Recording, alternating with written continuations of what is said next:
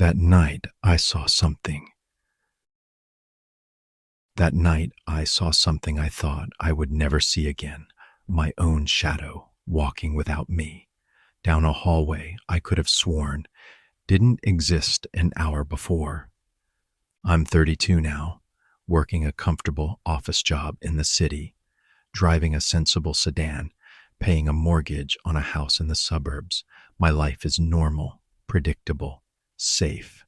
But 15 years ago, I was a sophomore at Westridge High, and I thought I understood how the world worked. I thought rules were just things adults made up to control us, to keep us in line, to make their jobs easier. Looking back, I realize how wrong I was. Some rules exist for reasons we're better off not knowing. Some rules are written in blood, and bad decisions carved into the foundations of buildings that should never have been built. Some rules are all that stand between us and something hungry. It was the fall of 2010. The leaves were turning that burnt orange color they get right before they die and fall. I remember because I spent a lot of time staring out windows that semester, trying to avoid what was happening inside the school, trying to make sense of things that shouldn't make sense. My mom had just started working double shifts at the hospital. My dad had left 2 years before that. I was angry at everything and everyone, wearing that anger like armor, thinking it made me strong. Now, I know it just made me visible to the wrong things. The first strange thing happened on a Tuesday during lunch period, around 12:30 p.m. I was cutting through the old wing, the part of the school they'd built in the 1950s and mostly abandoned when they added the new building in 1985. Most students avoided it. The fluorescent lights flickered constantly, buzzing like dying insects. It always smelled like wet concrete and something else, something sweet and wrong, like flowers left too long in a closed room. I was taking a shortcut to avoid Derek Chin and his friends. They'd been on my case all week about something stupid I'd said in English class, some comment about the scarlet letter that apparently made me a target. As I turned the corner near the old science labs, past the peeling, authorized personnel only signs that nobody enforced anymore, I saw a girl standing at the end of the hallway.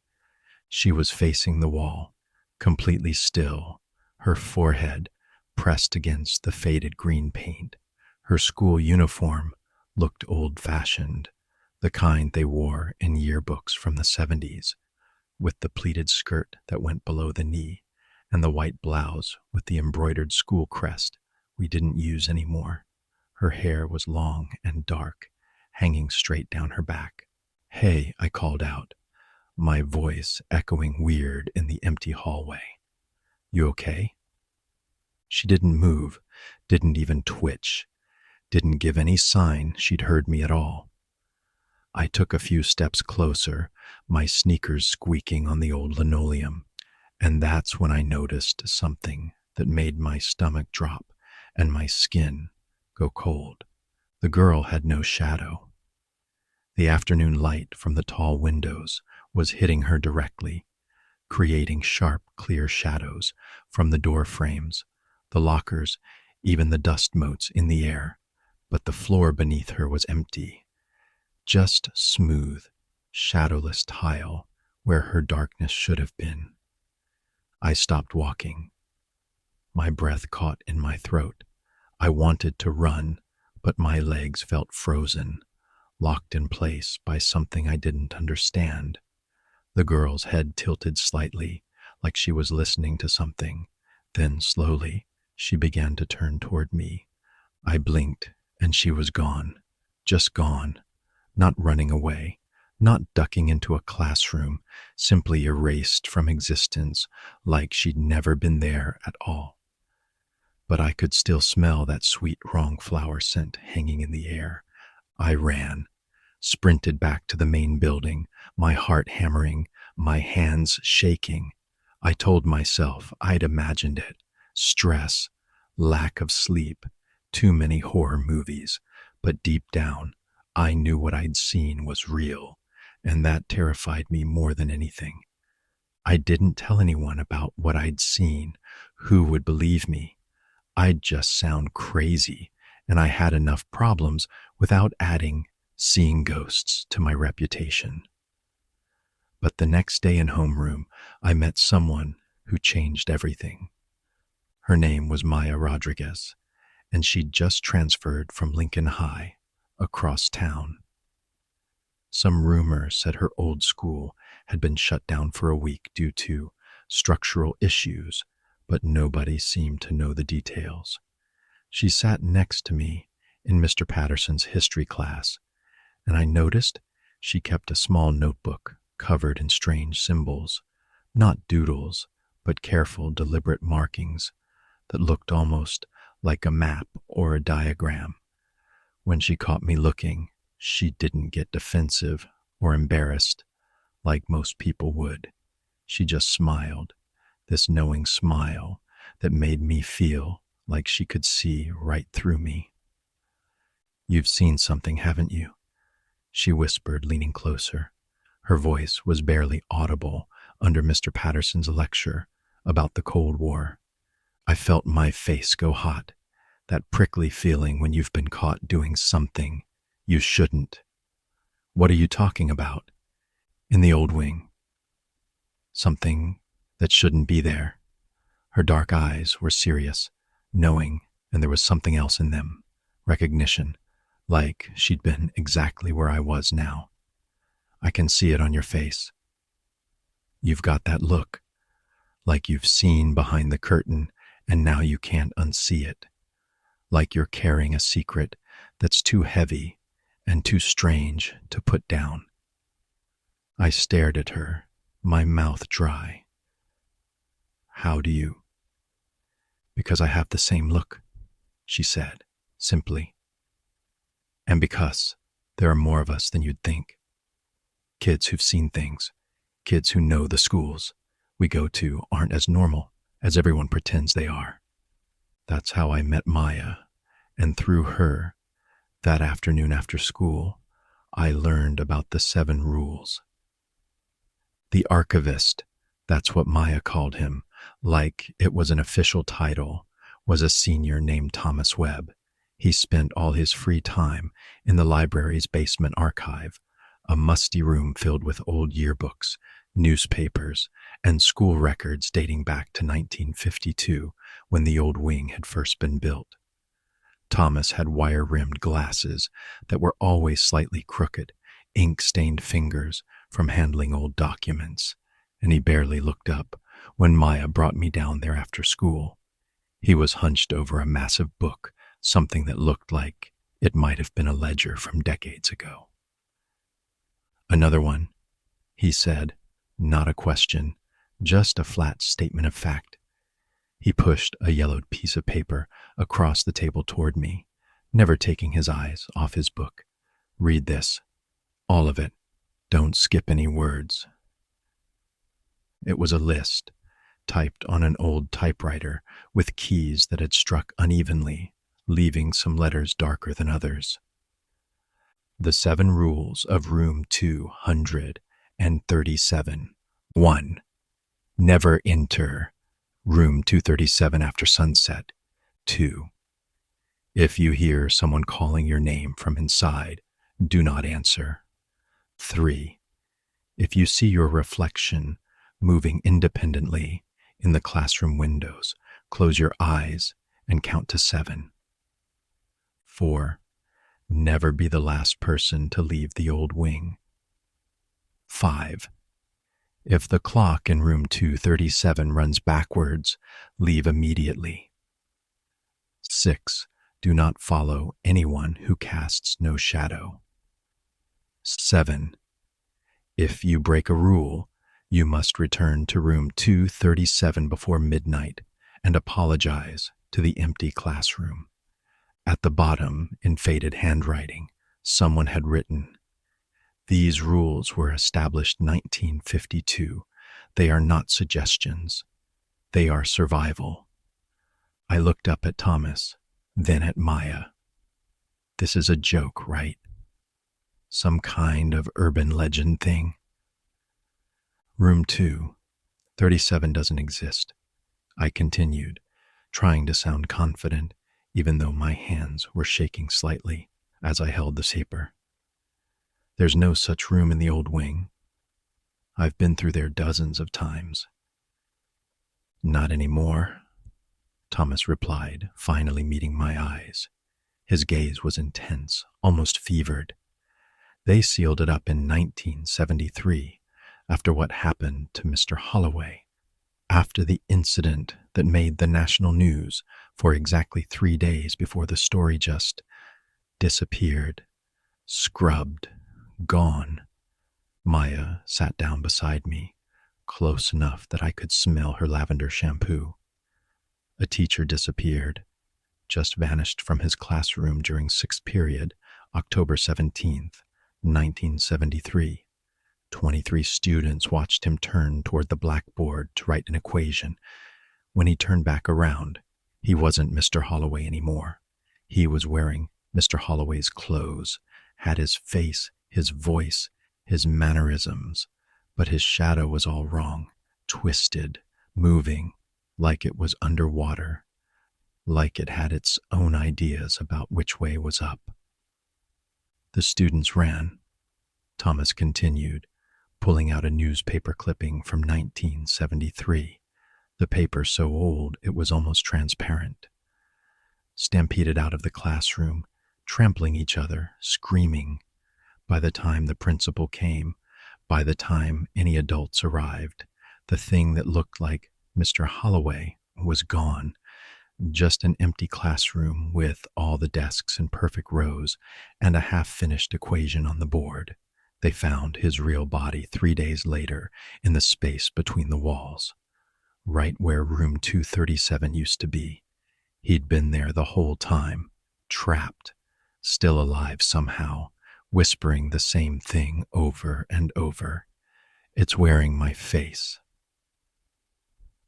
I felt cold, the kind of cold that starts in your chest and spreads outward. That's insane. That can't be real. "Check the records," Thomas said, sliding a yearbook across to me. 1973, Mr. Gerald Holloway, science teacher. He's in the staff photo from September. He's not in any records after October. No death certificate filed until 1976. No obituary. No funeral announcement. Just erased. I should have walked away. Should have laughed it off as some elaborate prank, some story they told to scare new students. But I'd seen the shadowless girl, and now, looking back, I realize I'd seen other things too. Small things I'd dismissed as imagination or tricks of the light. The classroom door near the old cafeteria that was always warm to the touch, like something with a fever was pressing against it from the other side, the way certain hallways made my ears pop, like I was changing elevation even though the floor was level. The student I'd passed every day for weeks on the way to 3rd period, always in the same spot, who never seemed to age, wearing the same clothes, same expression, same books clutched to his chest. Now, I know those were warnings. Back then, I thought I was just being paranoid, seeing patterns where there were none. Over the next week, Maya taught me how to spot the signs, how to read the building like a text, written in a language most people had forgotten or never learned. "The old wing is thin," she explained as we walked its corridors after school one Thursday, her voice low even though we were alone. "The barrier between what is and what was, between our world and something else. Sometimes things slip through the cracks or slip back." History doesn't stay buried here. It circulates, like air in a closed system. We weren't alone in our investigation. There was a whole network of students who knew something was wrong, even if they didn't know exactly what. Jamie Park, a junior with a camera constantly hanging around his neck, documented every anomaly he could find. He had hundreds of photos organized in binders, doors that appeared in different places day to day, shadows that didn't match their casters, figures in windows of classrooms that were supposed to be empty. Postman's daughter, Sarah, everyone called her that because her dad delivered mail to the school, and she'd grown up running through these halls. She'd been tracking the patterns for months, keeping detailed logs of disappearances, absences that didn't add up, students who transferred out suddenly without explanation.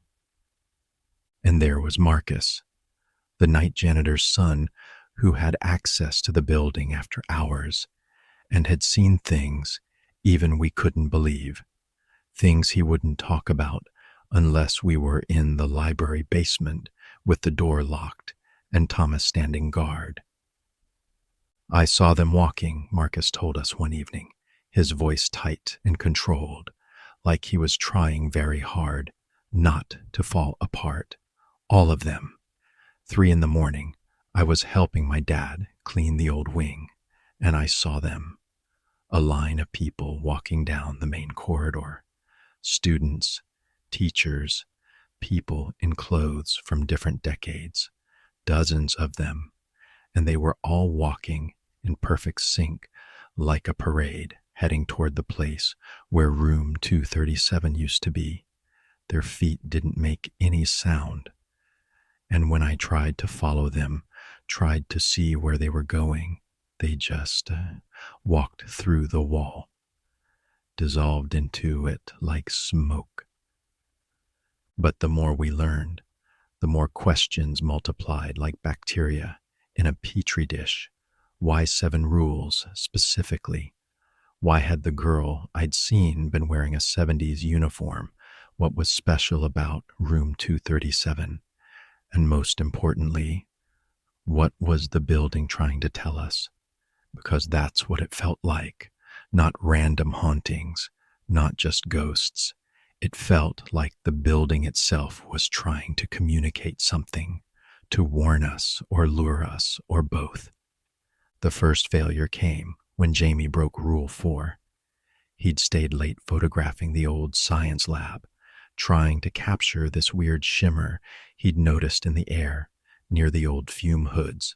He lost track of time, got absorbed in his work the way photographers do, and found himself alone in the old wing at 7 p.m. He ran for the exit, but the hallways kept changing, stretching. Doors he knew led outside opened onto more hallways. Windows showed night sky, even though the sun had only just set. Staircases led to floors that shouldn't exist. By the time he found a door that actually led out, his watch read 11:47 p.m. 4 hours and 47 minutes had passed, but he swore, insisted, would stake his life on the fact that only 20 minutes had gone by, maybe 30 at most. I saw them, he told us the next day, hands shaking so badly he could barely hold his coffee from the cafeteria. All of them. Everyone who ever got lost in there, everyone who broke the rules or got unlucky or just wandered into the wrong place at the wrong time. The images on his camera showed figures in the hallway behind him, caught in the background of his photographs. Students from different decades, teachers in outdated clothes, all facing the same direction, all walking toward where room 237 used to be. And in the very last photo, there was something else, a dark shape, taller than a person, with too many limbs, standing at the end of the corridor, watching. We started doing research in earnest then, spending every free period in the library basement with Thomas, going through decades of records. We found patterns, Students who disappeared were usually the ones who spent time in the old wing. Teachers who left suddenly often had classrooms in that section. There were spikes in absences every October, like clockwork, and there were stories, whispered stories, that predated even the 1973 incident about the land the school was built on. It was a hospital before, Sarah told us, showing us property records from the 1940s. A sanatorium for tuberculosis patients, opened in 1923, closed in 1948 when antibiotics made it obsolete. 214 people died there. They buried them in a cemetery on the grounds, but when they built the school, they moved the cemetery, officially. But there are old maps that show the cemetery extended farther than the official records claimed, right under where the old wing stands now. Thomas found something else, a maintenance report from 1965, buried in a box of miscellaneous documents that mentioned structural anomalies in the foundation and unusual acoustic properties, suggesting empty spaces beneath the building. The report recommended a full structural survey. That survey was never done, or if it was, the results were never filed. We were getting closer to something. I could feel it, this building pressure, like the air before a thunderstorm. Maya felt it too. We'd started having the same dreams, walking through endless hallways that twisted and folded back on themselves, searching for a door that was always just out of reach, hearing our names called by voices we almost recognized. Then came the night of the false alarm. The fire alarm went off at 2 a.m. on a Wednesday, forcing everyone out of the building. I wasn't in school, it wasn't a dorm, but Marcus was there with his father doing overnight maintenance. He called me at 2:30 a.m., waking me from one of those twisted hallway dreams. It wasn't a drill, he said, his voice barely a whisper. I saw what set it off. The old wing, there was fire coming from inside, but when the firefighters got there, there was nothing, no fire, no smoke, no heat. But I saw it, Ethan. I saw flames behind the windows of the old science rooms, flames that were blue and cold-looking, and there were faces in the flames. So many faces. Everything changed when Maya found the original blueprints. She'd been searching through Thomas's archives, going through box after box of building plans and renovation proposals, when she discovered something impossible tucked between the pages of a 1985 renovation plan. Look at this, she said, spreading the architectural drawings across the library table, her hands trembling with excitement or fear or both. 1952 blueprint shows, room 237 here, in the old wing, northeast corner, third floor. 1973 blueprint shows it gone, that whole section of the floor plan marked as sealed with no explanation, but the 1985 renovation plans show something else entirely. Look at the room numbers, look at the dimensions. I leaned closer, trying to make sense of the technical drawings, the lines and measurements and architectural symbols there, hidden in the overlap between old and new construction, was a room marked with a different number, room 341, in the new building, in the section we used every single day. And when I traced the measurements, compared the position to the old blueprint, I felt my blood turn to ice. It was the same space, the same exact dimensions, the same position relative to the building's foundation. They hadn't sealed room 237. They'd just built around it, incorporated it into the new wing, and changed the number. They didn't seal it, Thomas breathed, his finger tracing the connection between old and new blueprints. They just renumbered it, Change the layout so no one would notice it's the same space. Look here. These are low, bearing walls. They should have moved but didn't because they couldn't. The original structure of room 237 is still there underneath the renovation. They just built a new shell around it. My stomach dropped. What room is 341 now? Maya looked up, her face pale in the fluorescent light of the library basement. The guidance counselor's office. The room went silent. We all just stared at each other, the implications sinking in like stones dropping into still water. The guidance counselor's office, where every student had mandatory meetings twice a semester, where troubled kids went for counseling, where the people who were most vulnerable, most alone, most in need of help spent time behind closed doors.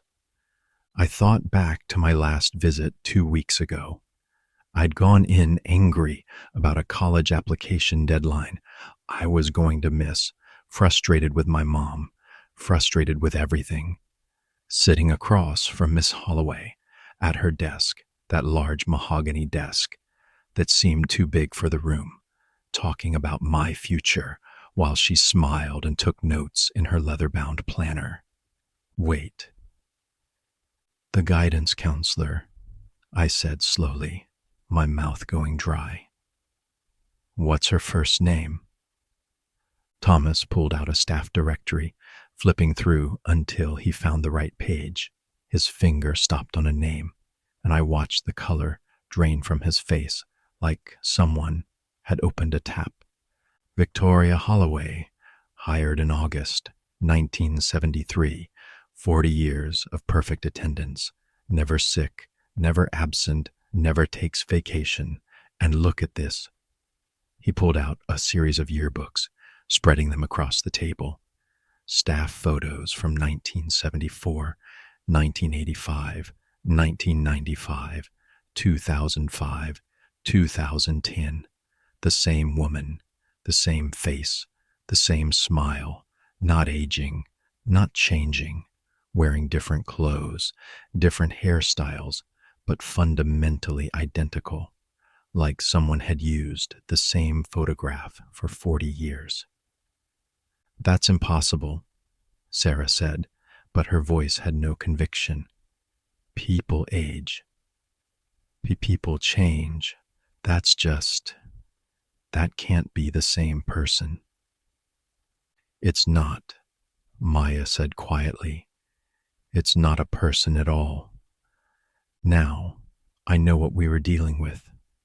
Back then, we were just terrified teenagers who'd stumbled onto something that should have stayed buried, something that had been feeding on students for decades, using their trust and their vulnerability like an open door. Jamie started pulling up everything he could find on Victoria Holloway. Social media, nothing.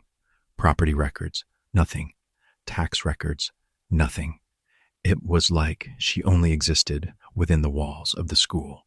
No home address, no family, no life outside of room 341. And when we really dug, when Thomas went through old newspaper archives, we found something else. There had been a Victoria Holloway in 1973. She'd been a student, a senior. She'd disappeared the same week Mr. Holloway did. Her case got even less attention than his. Just a runaway teenager. Her parents told the police she'd been troubled. They weren't surprised. The investigation lasted less than a week. And then, 5 months later, the school hired a new guidance counselor. Same name, same face, starting a job that she'd never leave, that she'd hold perfectly for 40 years without anyone ever questioning why. We need to see the office, Maya said, after hours when it's empty. We need to see what's really in there. That's insane, I said, even though I knew we were going to do it. Breaking into the school. if we get caught. If we don't, Thomas interrupted, how many more students disappear? How many more people walk into room 341 looking for help and walk out as something else, or don't walk out at all? He was right, and we all knew it. We decided to use the rules against themselves. If you broke a rule, you had to return to room 237 before midnight and apologize. But if room 237 was now room 341, and room 341 was Ms. Holloway's office, then maybe, just maybe, we could get some answers, or at least confront what was hiding there, force it to acknowledge what it was doing. I volunteered to break Rule 2. On Thursday afternoon, I walked past the guidance office during my free period. The door was closed, but not locked. I could hear something inside, a low humming sound, like electrical equipment or machinery running, and then I heard it, my name, clear as day, coming from inside the office. Ethan, Ethan, come in. We need to talk about your future. It was Miss Holloway's voice, but wrong somehow.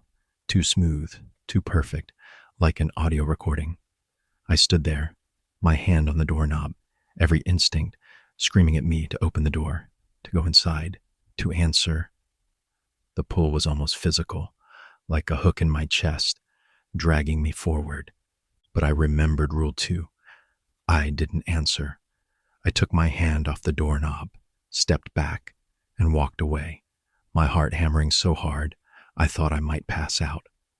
Behind me, I heard the door open, heard footsteps in the hallway, heard my name again, closer this time, more insistent. Ethan, where are you going? I called you. You heard me call you. I ran, sprinted down the hallway, and didn't look back until I was in the cafeteria with 300 other students. But I knew I'd done it. I'd broken the rule. According to the list, I now had until midnight to return to room 237 and apologize. We had our opening. We all met at 11:30 p.m. in the school parking lot. Marcus had gotten us in through the maintenance entrance, a side door his father sometimes left unlocked by accident. The new building felt different at night. Colder, yes, but also more alive somehow, like the darkness had awakened something that slept during the day. The hallways echoed with sounds that weren't quite footsteps, weren't quite voices. The fluorescent lights buzzed louder, flickered more frequently. As we approached room 341, I noticed something that confirmed our theory and made my blood run cold. The door number was wrong, not 341. The paint had worn away in places, revealing older numbers beneath. 341 was painted over 288, which was painted over 237. The original number barely visible, but definitely there, like a scar that wouldn't heal. It's been here all along, Maya whispered, her camera ready, documenting everything. They just painted over it. Made everyone forget, but the room remembers, the space remembers. I knocked on the door, 3 deliberate strikes. I'm here to apologize. I broke Rule 2. I heard my name, and I didn't answer, and I'm here to make it right. The door swung open, not slowly or creakily like in a movie, but quickly, suddenly, like someone had been waiting right on the other side. The office looked different, older, like we'd stepped back in time. The walls were that institutional green from the 70s, not the warm beige they'd been painted recently. The furniture was different, older, that heavy wooden style from decades ago, and sitting at the desk. No longer bothering to hide behind the mask of normalcy was something wearing Ms. Holloway's face like a badly fitting costume. Finally, it said, with a smile that showed too many teeth, teeth that were too white and too sharp. Someone who can see, someone who can remember. Do you know how rare that is? How special? Its voice sounded like multiple people talking at once, all slightly out of sync, creating this horrible echo effect. The shadow it cast on the wall behind the desk was massive, writhing, nothing like a human shape. It looked like it had tentacles, or maybe wings, or maybe both, constantly shifting and reforming. What happened to the real Mr. Holloway? I asked, surprised by the steadiness in my voice.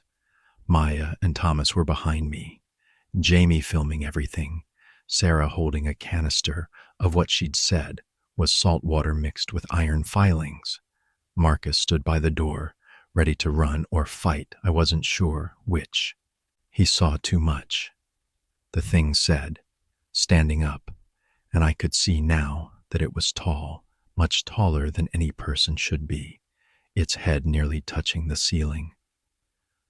Tried to expose what the school was built on, tried to break the feeding cycle, tried to save people. So the building took him, ate him, digested him down into the foundations, where he could become part of the structure, part of the system. His consciousness is still here, you know, trapped in the walls, screaming, always screaming. And Victoria Holloway? Maya asked, her voice shaking but clear. The real one? The student who disappeared? The thing's smile widened. She made a deal. Wanted to be important, wanted to be powerful, wanted to never be ignored again. I gave her what she wanted.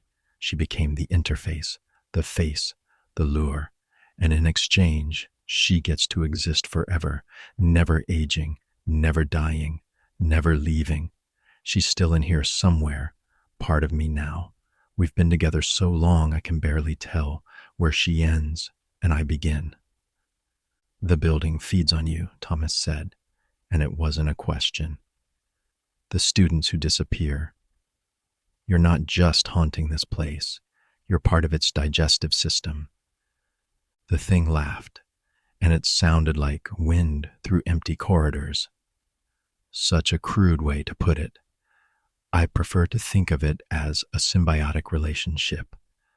The building was hungry before I arrived, built on burial ground, consecrated by death. It was always going to be wrong. I just made it efficient, organized.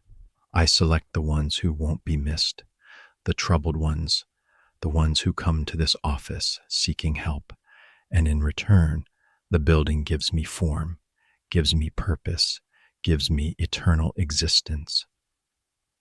The girl with no shadow, I said, thinking of that first encounter that had started all of this. Jamie in the hallway, when time moved wrong. How many have you taken? Counting is so tedious. Counting is so tedious, it said, moving around the desk toward us.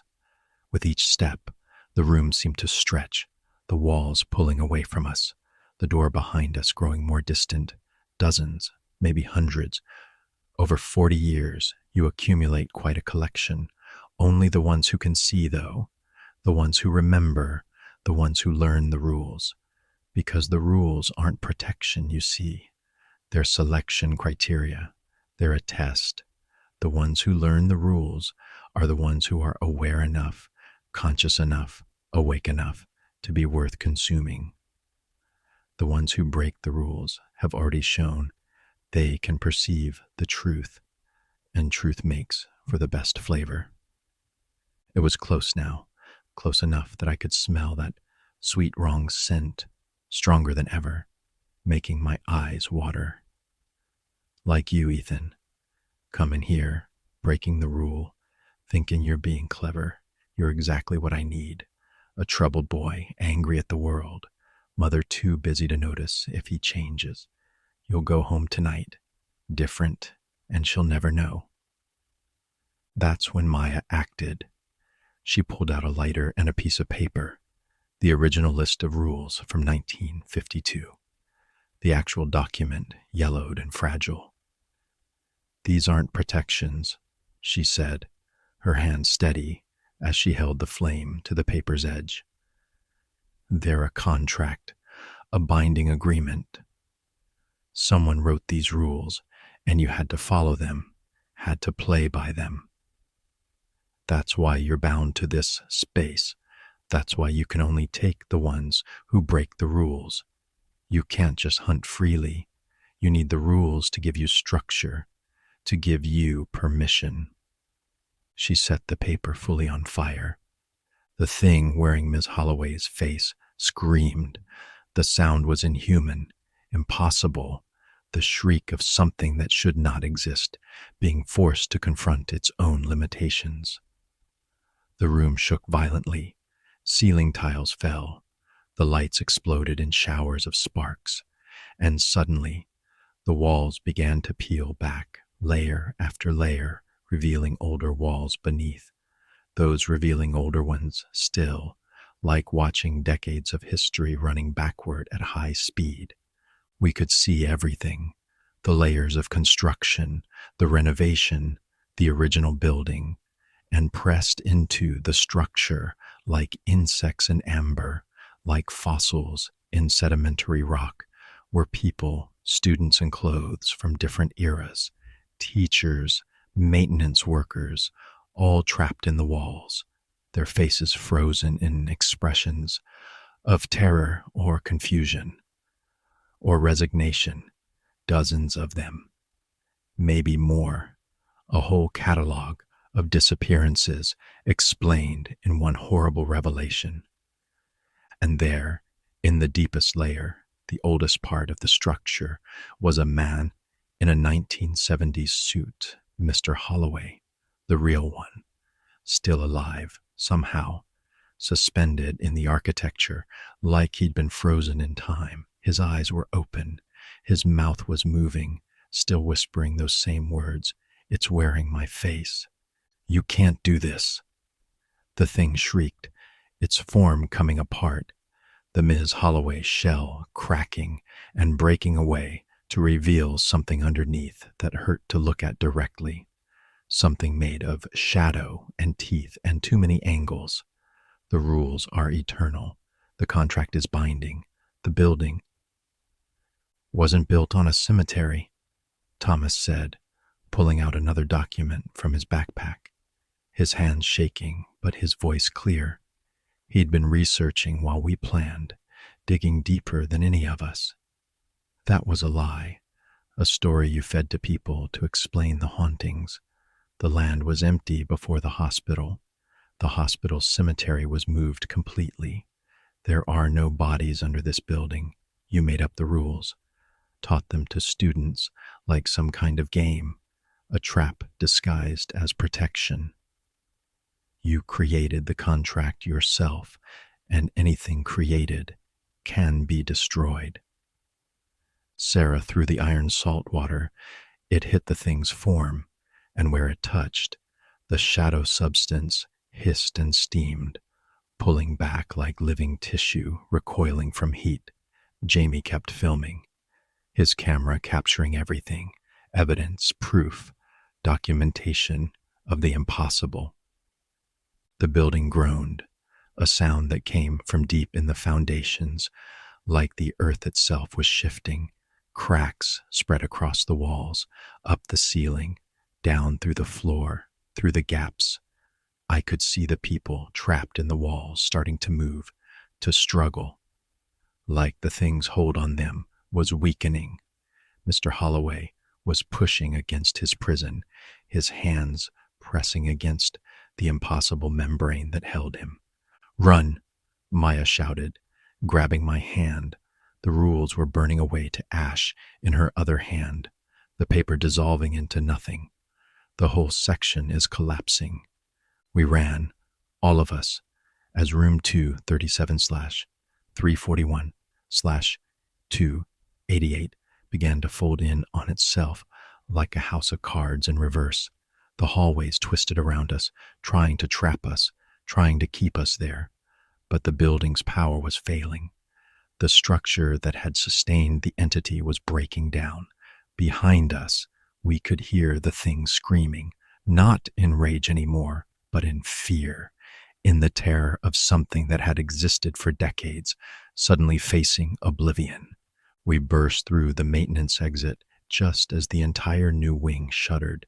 The sound was incredible, not an explosion, but an implosion, like something was sucking the building down into the earth. We kept running across the parking lot, not stopping until we were at the street, turning back to watch as a perfect circle of the building collapsed straight down, the structure above dropping into the space below, like a sinkhole had opened up. The fire alarms were blaring, emergency lights were flashing, security guards were running from the main building, shouting into radios. In the distance, I could hear sirens approaching, and from the rubble, I saw something that made my heart stop. People climbing out, dozens of people, students in clothes from different decades, teachers, maintenance workers, all looking confused and terrified, but alive, freed from the walls that had held them. Mr. Holloway crawled out last, looking exactly as he had in his 1973 yearbook photo, not having aged a day, blinking in the parking lot lights like someone waking from a long nightmare. But Ms. Holloway, Victoria Holloway, the student who'd made a deal, she didn't emerge. Whether she'd been too far integrated into the entity, whether she'd chosen to stay, or whether she'd simply ceased to exist when her contract was broken, we would never know. By the time the fire trucks arrived, by the time the police cordoned off the area and started trying to make sense of what had happened, a perfect circle of the building had sunk into the ground, just collapsed straight down into the foundation, like something had pulled it from beneath. The structural engineers who examined it later said it was impossible. The way the building had fallen defied physics, defied engineering principles. They blamed it on faulty construction, on hidden voids in the foundation, on decades of neglected maintenance. They wrote reports full of technical language that explained nothing. They found the remains of room 237 in the rubble, the original room with its 1952 construction preserved somehow beneath all the later additions. And in the wreckage, they found Mr. Holloway's body. He'd been missing for 37 years, but his corpse looked fresh, like he'd died that night. The medical examiner couldn't explain it. Preservation in some kind of sealed environment, they said. Unusual atmospheric conditions. Anomalous decomposition patterns, more technical language that meant we have no idea. The survivors, the people who'd been trapped in the walls, they were another problem entirely. They were all listed in missing persons databases going back decades. Some had been gone for 40 years, but looked exactly as they had the day they disappeared. The authorities tried to handle it quietly, reuniting them with families when possible, providing counseling and medical care when necessary. Most of them had no memory of their time in the walls, just blank spaces where years should have been. A few remembered everything and wished they didn't. Mr. Holloway was one of those. He remembered 40 years of being conscious but immobile, watching through the walls, unable to do anything as the entity used his face, his name, his identity to lure in more victims. The last I heard, he was in a psychiatric facility upstate, still whispering about shadows and walls and things wearing faces. They never found Victoria Holloway. No body, no records, no evidence she'd ever existed after 1973. The guidance counselor position at Westridge High remained empty for the rest of that school year. When they finally hired someone new, it was a man in his 60s named Mr. Chen, who worked in the main building, in a bright office with large windows, and who never, ever stayed after sunset. As for us, the 5 of us who'd gone into that room, they questioned us separately, trying to understand what we'd been doing in the school after hours. We stuck to our story. We'd been doing research in the library, lost track of time, heard the building start to collapse and ran. The physical evidence supported us. We'd been in the library basement after all, with Thomas's archives spread everywhere. Our parents were called. We were suspended for a week, and then quietly, the whole thing was swept under the rug. The school didn't want the publicity, didn't want questions about why so many disappearances had happened on their property over the years. Marcus's father lost his job. They said it was budget cuts, but we all knew better. He'd left that door unlocked too many times, had known too much and said too little. Jamie's footage disappeared from his camera. Not deleted, just gone, like it had never existed. Sarah's logs and documents vanished from her backpack while it was in her locker. Someone didn't want evidence floating around, but Thomas still had his archives. Maya still had her notes, and I still had the memory of that thing's face as the rules burned, as its power collapsed, as it realized that everything it had built over decades was coming apart. That was 15 years ago. Westridge High rebuilt the wing, of course, made it bright and modern, full of windows and open spaces. They say there have been no disappearances since. They say the building is safe now, normal, just another high school where teenagers learn and complain and dream about the future. But sometimes I wonder. I drive by the school occasionally when I'm visiting my mom, and I see students walking those halls, laughing, texting, living their lives, and I wonder if any of them notice the small things, the doors that are always warm, the hallways that make their ears pop, the classrooms where shadows move just slightly out of sync, the way certain spots in the floor sound hollow when you walk over them, like there's empty space beneath. Now I know that buildings remember. They hold onto their history like bones hold marrow. You can rebuild, can paint over, can renovate all you want, but the foundation remembers. The spaces between the walls remember. And sometimes what's been fed will always be hungry. Maya went on to study architecture, specializing in historical buildings with unusual histories. She's written papers about how structures can retain what she calls spatial memory, the idea that buildings hold on to the events that occur within them. The trauma can become embedded in physical space. Last I heard, she was investigating a hospital in Nevada with a similar history, another facility built on questionable ground, with too many disappearances and too many convenient explanations. She still has nightmares about the walls. She told me that once, 3 years ago, when we met for coffee. She dreams about being pressed into concrete, feeling it harden around her, being able to see and hear but not move, not speak, watching years go by while she's trapped. She wakes up screaming, convinced she can't breathe, convinced the walls of her apartment are moving closer. Thomas became a librarian, like we all knew he would. He works at a university, now in their special collections department, and he's created an informal database of what he calls architectural anomalies, buildings with histories like Westridge, places where the rules don't quite work right. He's found hundreds. Schools, hospitals, office buildings, shopping malls, all over the country, all over the world.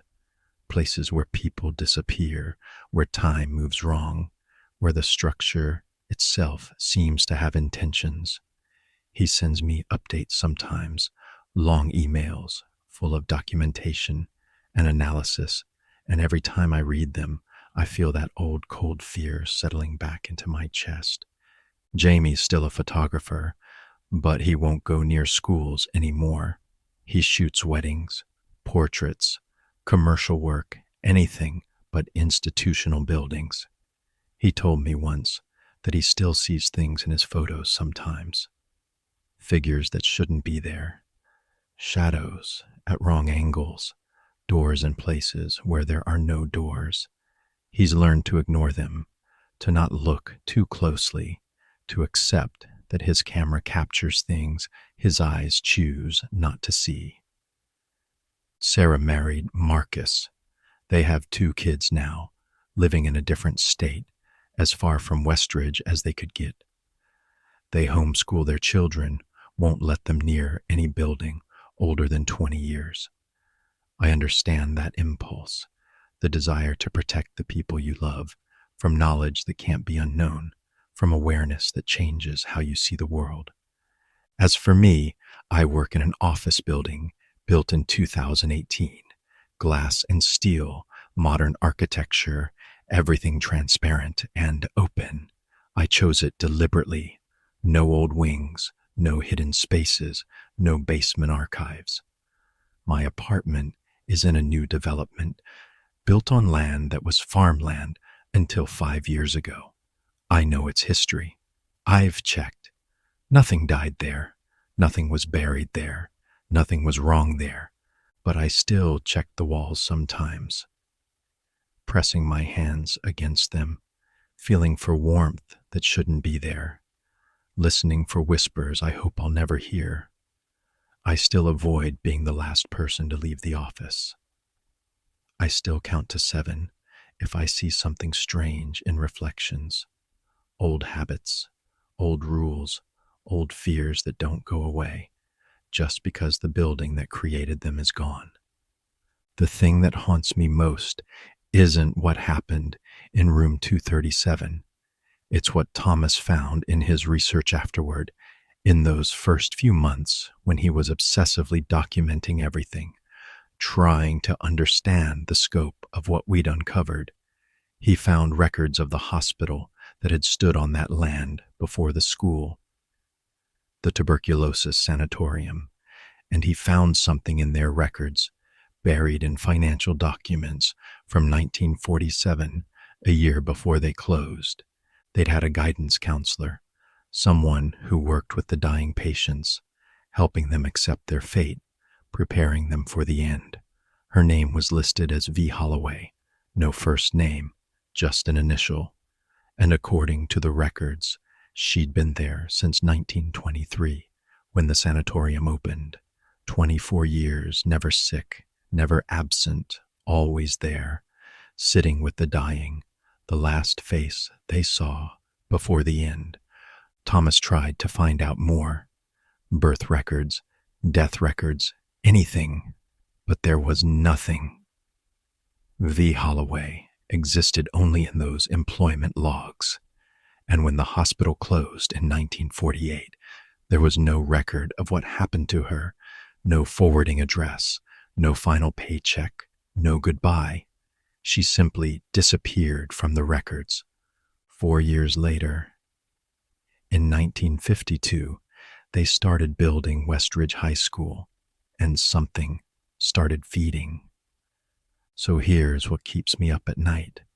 Was Victoria Holloway, the student who disappeared in 1973, the first Victoria Holloway? Or was she just the latest in a long line, each one making the same deal, each one becoming part of the same entity, perpetuating a cycle that goes back further than any of us realized? And if we destroyed the entity in room 237, did we really kill it? Or did we just force it to relocate, to find a new building, a new foundation, a new set of rules to hide behind. Because here's the thing about hunger, it doesn't die, it just moves, it adapts. It waits for the next opportunity, the next vulnerable building, the next group of people who won't be believed if they try to tell the truth. I got a letter 3 months ago. No return address, postmarked from a town I'd never heard of in Idaho. Inside was a single piece of paper with a list typed on what looked like an old typewriter, the keys striking unevenly, some letters darker than others, the 9 rules of room 114. 1. Never enter room 114 during lunch period. 2. If you hear laughter from inside when the room is empty, walk away quickly. 3. If you see your name written on the whiteboard when you know you didn't write it, erase it immediately, and do not look in any mirrors for the rest of the day. 4. Never accept food or drink offered to you by anyone in room 114. 5. If the temperature in the room drops suddenly, leave before you can see your breath. 6. Do not sit in the desk by the window. It is always occupied, even when it appears empty. 7. If you break a rule, you must return to room 114 within 3 days and leave an offering in the desk by the window. 8. Never look directly at the portrait above the teacher's desk. 9. If someone in room 114 asks you to help them find something they've lost, refuse politely and leave immediately. At the bottom, in handwriting that looked young, uncertain, afraid, someone had written, "Please help. They're starting to disappear. I don't know what to do. I found your name in old research papers about Westridge. Please." I haven't responded, haven't investigated, haven't even told the others about it, though I know I should, because part of me wants to ignore it, to pretend I never saw it, to stay safe in my glass and steel building, and let someone else deal with the hungry places. But I still have that letter. I keep it in my desk drawer at work, and sometimes I take it out and read it, and I think about that teenager somewhere in Idaho who's starting to notice the things that shouldn't be noticed, who's learning rules they shouldn't have to learn, who's becoming aware of the wrongness that hides in plain sight in buildings we trust.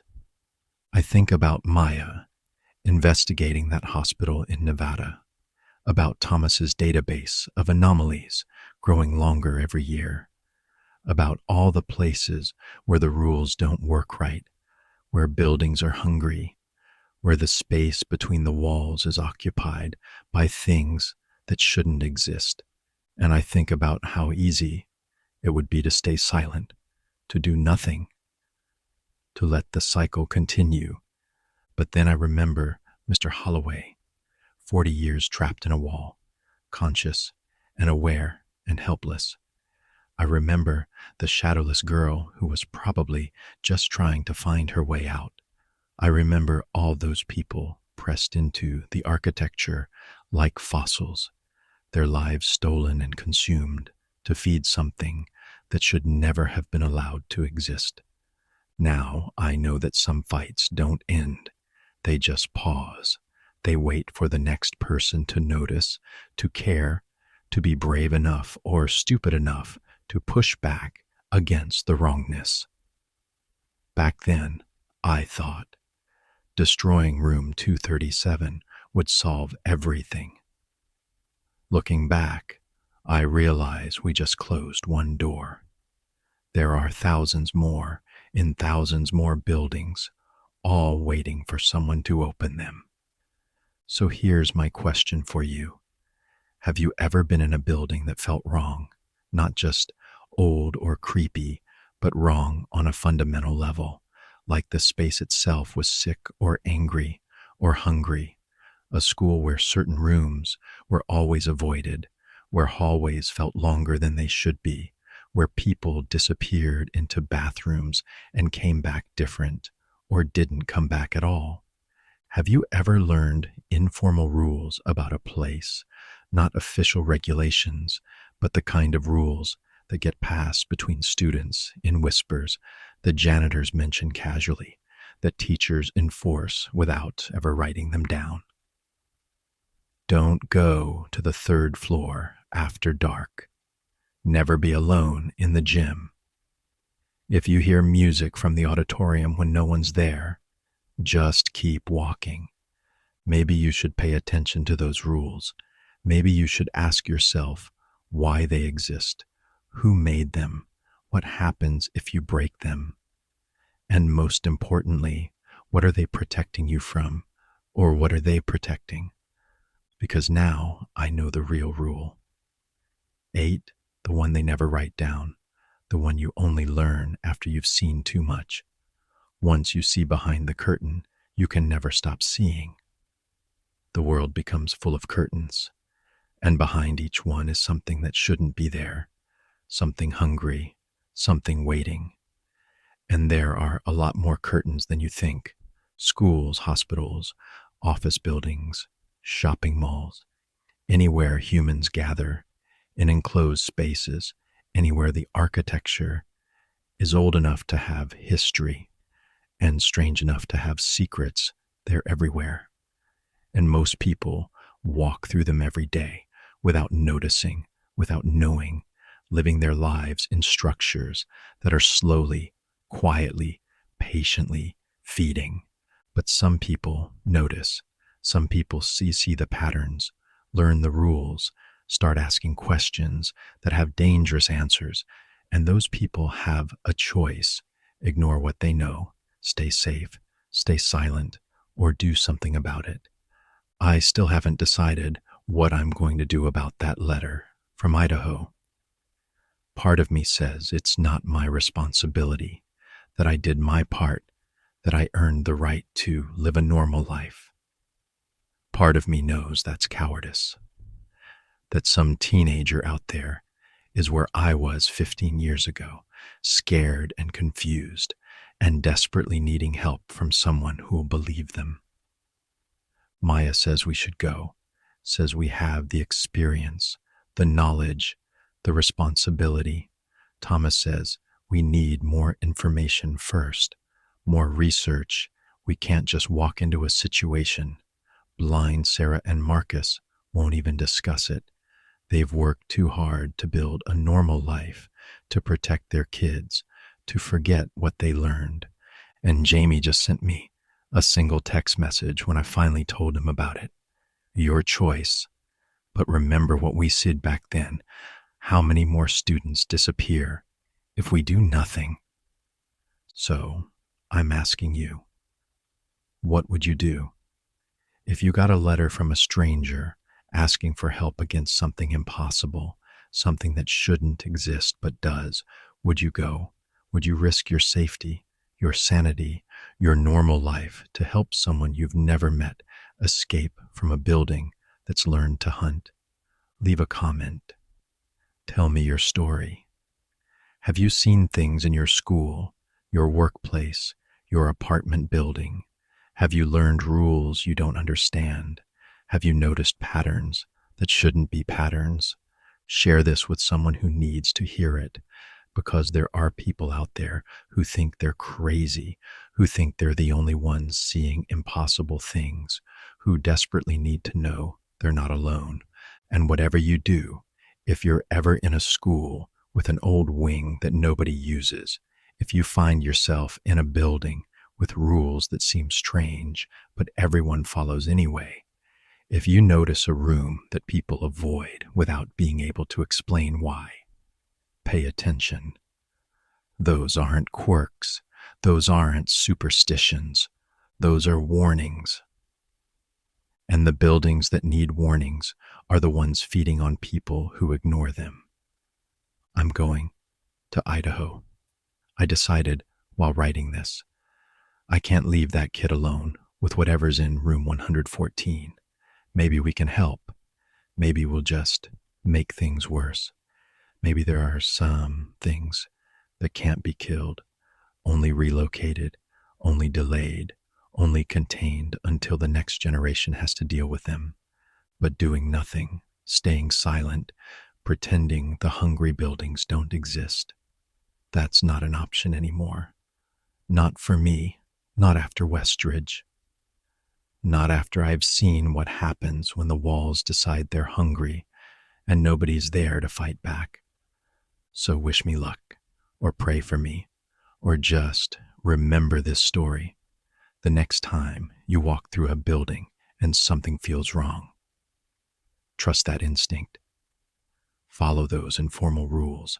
And if you ever find yourself in a room that shouldn't exist, a space that feels wrong in ways you can't articulate, a place where the walls seem to breathe and the shadows move independently, run, just run. And if you can't run, if you're already too deep, if you've already broken rules you didn't know existed, find others. Find the people who see what you see. Find the ones who remember. Because the only way to survive the hungry buildings is together with others who believe you, who will stand with you against impossibilities. That's what I've learned. That's what 15 years of looking over my shoulder, checking walls, avoiding old buildings has taught me. The world is stranger than most people know, and the people who know it can't unsee it, can't unknow it, can't go back to comfortable ignorance, but we can fight. And sometimes, if we're lucky and brave and stupid enough, we can win. Even if the victory is temporary, even if the hungry things just move to the next building, the next foundation, the next group of unsuspecting people, we fight anyway. Because what's the alternative? Your turn now. Tell me your stories. Share your rules. Help me build a map of the hungry places so the next person who notices something wrong will know they're not alone. They're not crazy, and they're not the first. The buildings are waiting. The walls are listening. The spaces between are occupied, but so are we. And we remember, always remember. That's the real rule, the only rule that matters. Remember and tell someone else, and keep the knowledge alive, because the hungry things rely on forgetting, on silence, on each generation having to discover the truth alone. We break that cycle now. Are you with me?